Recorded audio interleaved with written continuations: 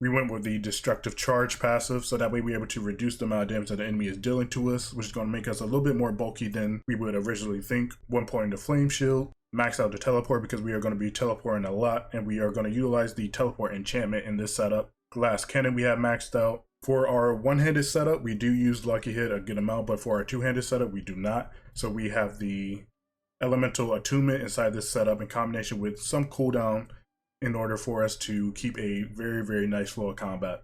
And then of course Frost Nova is max because it is a very good source of adding vulnerable as well as freeze to the enemy, which we are capitalizing on inside of this build. And we finish off with the mystical Frost Nova once again for the vulnerable. 1 point to the alignment of elements in order for us to get to protection, which is going to provide us with a bit of extra bulk as we're jumping around destroying the good old packs of enemies. And we don't have any points in the mana shield. If you feel like you want a little bit more damage reduction, you can utilize this, but due to the way that the damage reduction and just adding the same stat over and over again works out, this might not be the most effective option for your points. So one of the key differences about this build is that we use Meteor on the bar. The reason why we have Meteor on the bar is so that way we have a consistent way of proccing Immobilize, and it also does a lot of damage within a short period of time, hitting the enemies with a smooth combo. And so we go ahead and go over to Wizard's Meteor, which provides us with that Immobilize that we're looking for. Maxed out on the static discharge. For the one-handed setup, this works out very well because it provides us with a crackling energy, which we then use to provide us with a engine to restore our mana, which is going to help us out in those small pockets of time where we don't have enough mana from our other resource generation tools that we utilize.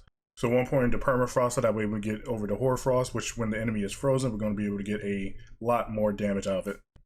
And then for your ultimate skill, you can utilize a different combination of things. You can go with the unstable currents plus a point into prime unstable currents, which works out very well. Has a very nice flow of combat. Works out perfectly for the one-hander.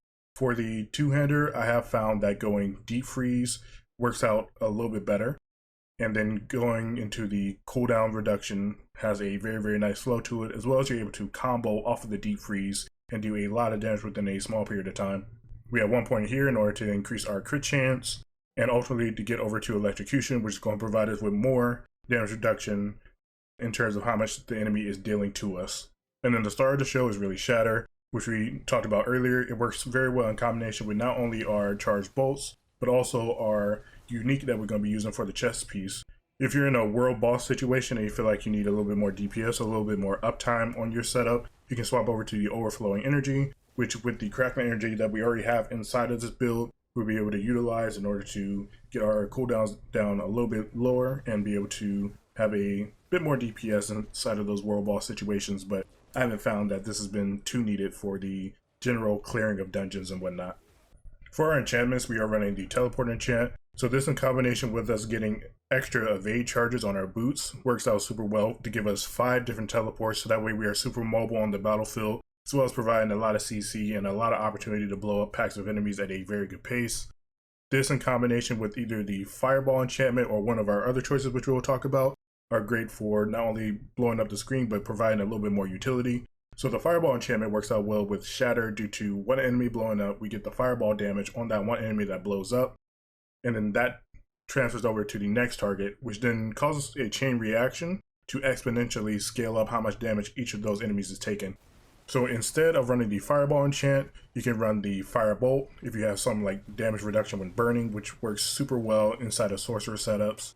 Or you can run something like frostbolt, which will provide a opportunity to use something like ever living, which is a very good defensive aspect that you can add to your gear. Another good choice and another good option is going to be flame shield. This works out well in later game content if you want something to save you from dying. Also in PvP if you want to surprise somebody and not end up falling over when a barbarian hits you for 10 million, typical barbarian things.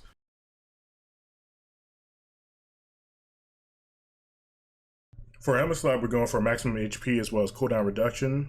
Extra mana is also really good. That works very well in tandem with our elementalist aspect.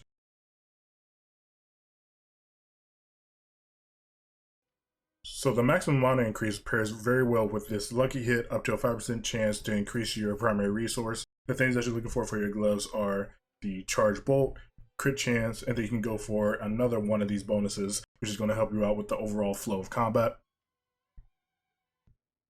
For the chest piece, we're utilizing the Raiment of the Infinite. This provides us with a nice damage increase as well as a lot of utility, which is pretty good for this build due to the fact that we want to clump as many enemies as possible, have them stun and CC so that we don't get hit, and then ultimately blow them up with our charge bolt.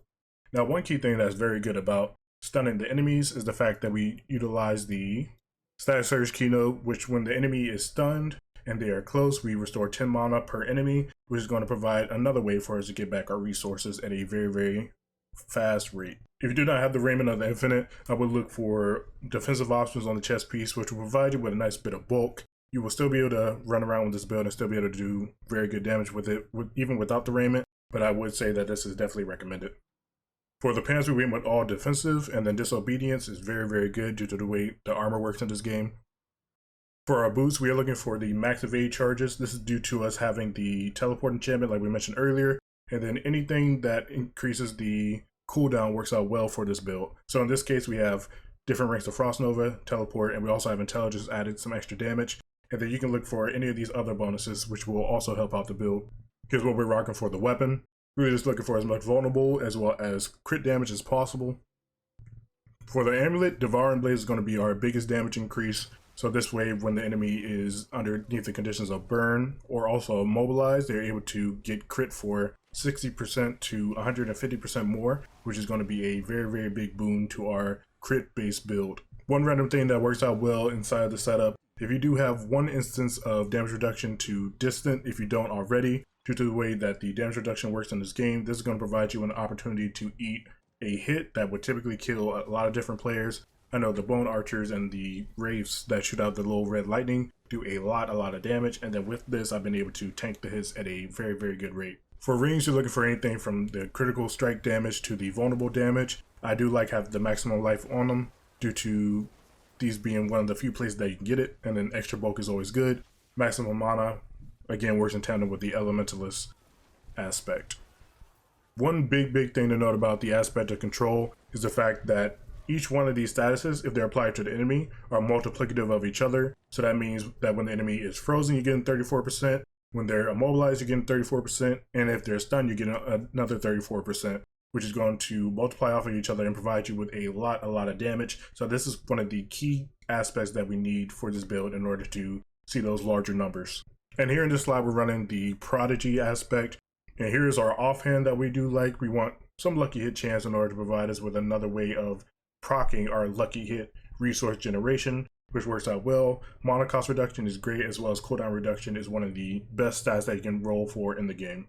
For a Paragon board, we are doing a lot of added damage with the control glyph, and then we navigate up to the good old Frigid Fate board, which is providing us with a spot for our Tactician glyph, which is amplifying the vulnerable damage that we're dealing to the enemy, as well as providing us with a nice bit of intelligence. And then vulnerable is a very good way to amplify your damage inside this game. Going to start off with going right over to the Icefall board. Now this board is great because it provides us with a nice bit of damage against chilled, and then enemies that are frozen are also chilled.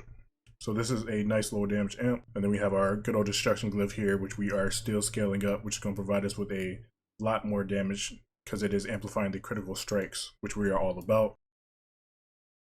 Getting over to the Icefall node does work out well. I do find that having that extra 15% once you do blow up a frozen enemy provides you with a nice bit of extra bulk, and so that way you don't need to jump or need to teleport out of a fight. And so this is a very good defensive node. Ultimately, I'm probably going to end up having this again. Next, we have the Static Surge board, which is very important for our mana generation. And we have in the Exploit glyph, which is providing us with another source of vulnerable damage, which is a very good thing to have. We're picking up the stunned enemies damage nodes on the side because we are stunning a whole bunch of enemies. And then for now, we're finishing off with the good old Elemental Summoner board, which we're just utilizing in order to get some more maximum mana, as well as a little bit of extra HP, which works out very well for the build setup. If you have any questions about anything, go ahead and let me know. Adios.